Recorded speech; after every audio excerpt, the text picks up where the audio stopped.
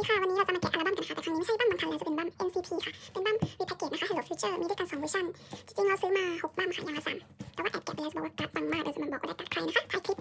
แล้วก็วันนี้เรามีเครื่องรางนี้เขาบอกว่าปังอยู่นะคะดูสิปริ้นมาเลยค่ะทู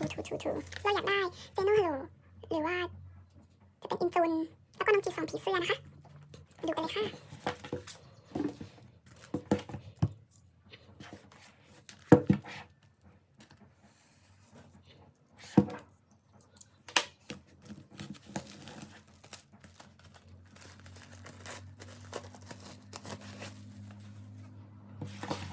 จีซองเจโน่อินจุนจริงก็เป็นวันไหนก็ได้นะคะถูกก่อนตรงมาว้าวรูปเบอร์นี้นะคะน่ารักมากจะเป็นแนวมัดย้อมเสื้อมัดย้อมที่แบบดูดีอะแกลูกโอน่ารักค่ะจำดูอย่างละเอียดนะคะ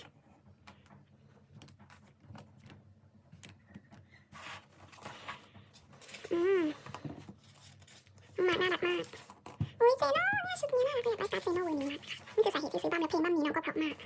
อินซูนะคนสวยค่ะดีมากค่ะนี่ก็จะเป็นเนื้อเพลงทำฟีลแบบนิตยสารแล้วก็บั้มใหญ่มากครับมา A4 เลยดูสิ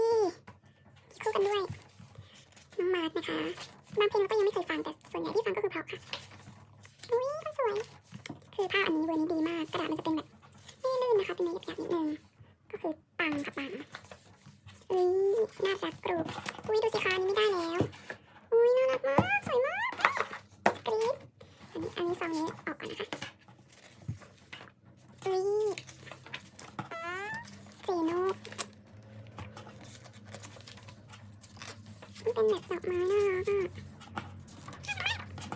จีซองให้ชานเพลงนี้ชอบมากค่ะได้ยินชื่ออุ้ยอินจุนผมนี้เราไม่ไหวนะคะน้องอินจุนจีซองเปิดหน้าผากคือดีมากอุ้ยน้องแซมินอันนี้ไม่ไหวดูสิคะดูความสวยนี้สิคะอ่ะดีมากค่ะทุกคนต้องมีนะคะนี่ต้องมีอดใจไม่ไหวต้องซื้อสักบ้างต้องบอกก็รู้นะคะว่ามีใครฮ่าคนสวยคนนี้อุ้ยน่ารักมากค่ะดีมากจบด้วยเพลงนี้เรนโบว์เป็นเพลงที่เราชอบมากอีกเพลงเช่นกันค่ะกับคนสวยค่ะอีกแล้วค่ะอันนี้ซีดีจะเป็น UFO สวยมากปังอ่ะปังมากดูสิแต่ละคนแฮชานใจเป็นว้าวเอาละค่ะมาลุ้นกันอันนี้ต้องค่อยๆแกะนะคะไม่ได้ค่ะไม่ดีค่ะคนทำไมอ่ะมันขาดทุกคน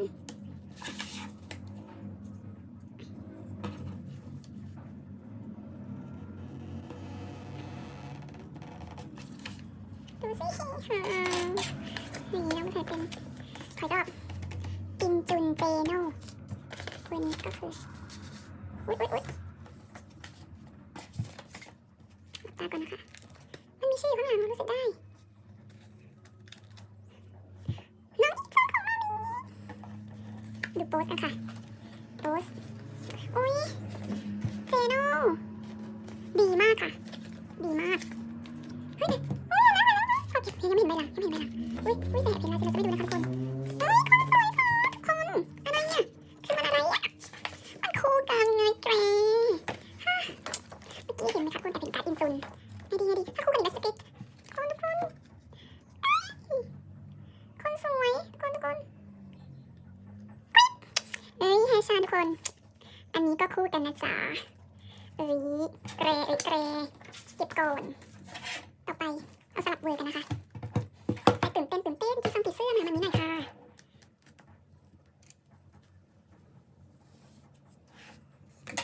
นกเขียวพาที่ซังผีเสื้อมาหาเราหน่อยนกเขี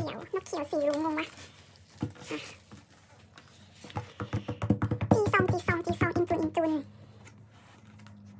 อันนี้ซองน่ารักมากนะคะ so cute ติดเบี้ยว1กรุบเป็นโลดกินกันกว่าลูกเต็มเมทัลวิกแททูโดยเฉพาะเชโน่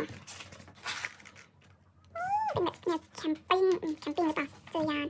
ดูสิคนสวยใครทำมาคนสวยแบบอุ้ยลูกอย่าคาดเล่นอย่ากินในนี้บอกแล้วว่าอย่ากินของ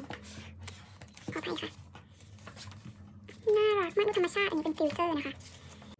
ขออภัยค่ะที่แบบก็มันดับไปแล้วว่าคลิปสุดท้ายแล้วโอ้ย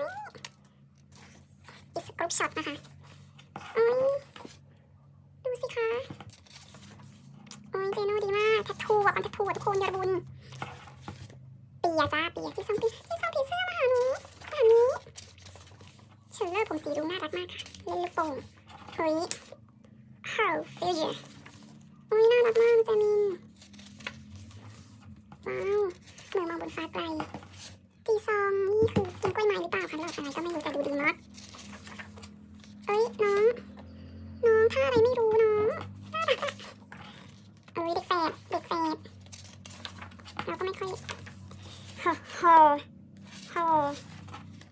ก็สวยกันน้องมาร์คสีปังมากน้องมาร์คเฮชันเอ้ยดีอะรูปดีมากคนมันเหมือนแบบมีเจสันแฟชั่นไว้สีนุ่มเป้าดีมากอ้อยทุกคนเขาอบอะไรกันเนี่ยเฮ้ยหลายคู่เหลือเกินเฮ้ยเขาสวยโอ้ยดีทุกมุมดีหมดทุกคน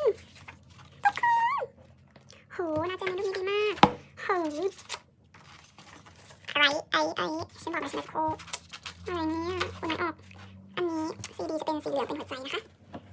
โอ้ภาพนี้เจอบ่อยมากเล่นยานต่อไปค่ะอันใหญ่มาก่อนเมื่อกี้จีซองอินจูนสิป่ะ please ไม่อยากให้ขาดแล้วโอเคเริ่มต้นได้ดีทุกคนทำไงดีเรากลัวเห็นสปอยอะทุกคนเรากลัวเห็นสปอยอะทำเจ็ดจีซองมาหามีเยี่ยมไหมคะขอให้เป็นการ์ดจีซองด้วยค่ะจีซองผีเสื้อจีซองเกย์นะคะเป็นเอาจีซองได้ไหมถ้างั้นเขาเป็นเอาจีซองได้ไหมโบจะเป็นลื่นๆนะคะแข็งแรงดีเอาจีซองชื่อมาร์คน้องมาร์คหล่อมากเขาเรียกการ์ดอะไรเนี่ยนี่ใครอ่ะเฮ้ยใครอ่ะฉันใครอ่ะเจโน่อีกแล้วนะคะโอเคค่ะต่อไปจะเป็นอย่างรวดเร็วนะคะอุ้ยน้องจามินรูปนี้ดีมากแบบสีอยู่ด้วยกันต่อไปจะเป็นอย่างรวดเร็วนะคะจีซองผีเสื้อจะไม่มาหามาเลยเหรออุ้ยขออภัยค่ะ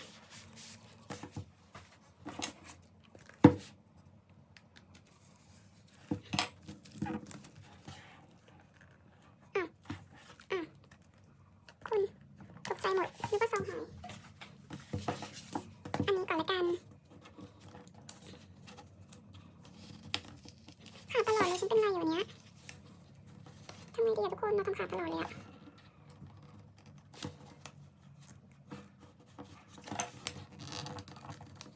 ขออภัยนะคะที่รุนแรง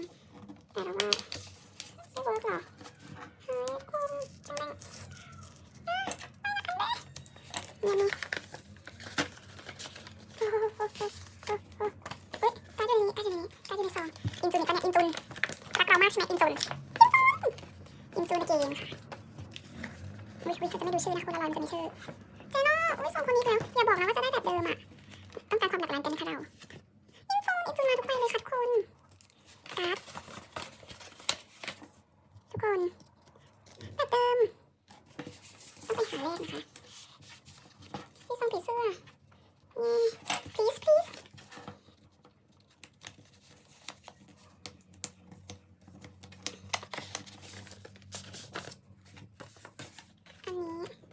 อันนี้ทำไมรู้สึกว่าจะได้เจโน่อีกแล้วอ่ะคนฉันเห็นแบบข้างล่างเห็นไหมคะฉันอยากได้กับที่ซองสัมผัสเนี่ยเจมินเกย์นะคะโอเคที่ซองบอกมาตัวเองเจโน่มาทุกใบนะครับคนอันนี้แบบปังเจโน่นะคะแล้วเราก็ที่บอกไปต้นเพจเมื่อวานแอบเก็บไปแล้ว